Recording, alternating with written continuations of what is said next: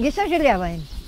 Нали, защото Орица и ние ако сме, и на нас няма да е бо. Защото моята майка едно време на 12 години избягали от Турция. 13-та година избягала.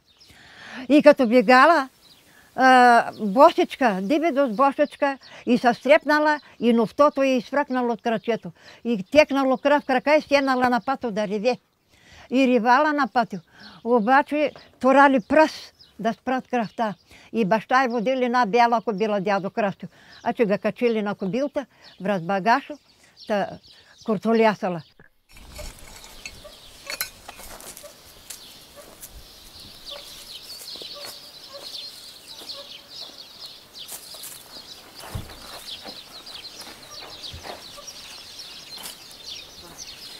Да ти разкажа. Аз видях тук на портата. И обаче те идат отдолу.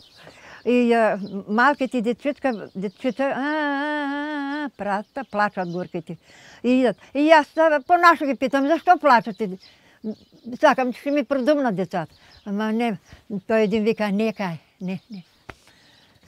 Боже ми сега, викам, нека да седнат тук. Седна на дъската. Аз, искате ли, викам, да идете? То така каза. Така, аз му викам така.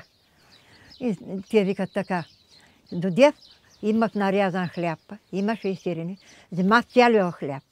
И изля навънка, и сиренцето вземах. И на всяко едно детенце. Даже и една стара баба имаше, и на нея си дада. Тя ме прегърна горката. Ме прегърна, ме изортова постоянно. Аз не разбирам. Не мога да разбера какво ми е дома жената. И те викат, София. Викам, далеко много. Много река далеко. София. Бива, викам, отивайте в София. Двама чичови синове мъж заради рада хубава. Заради китка Смелюва, Мари Смелюва, Смелбо Силкова.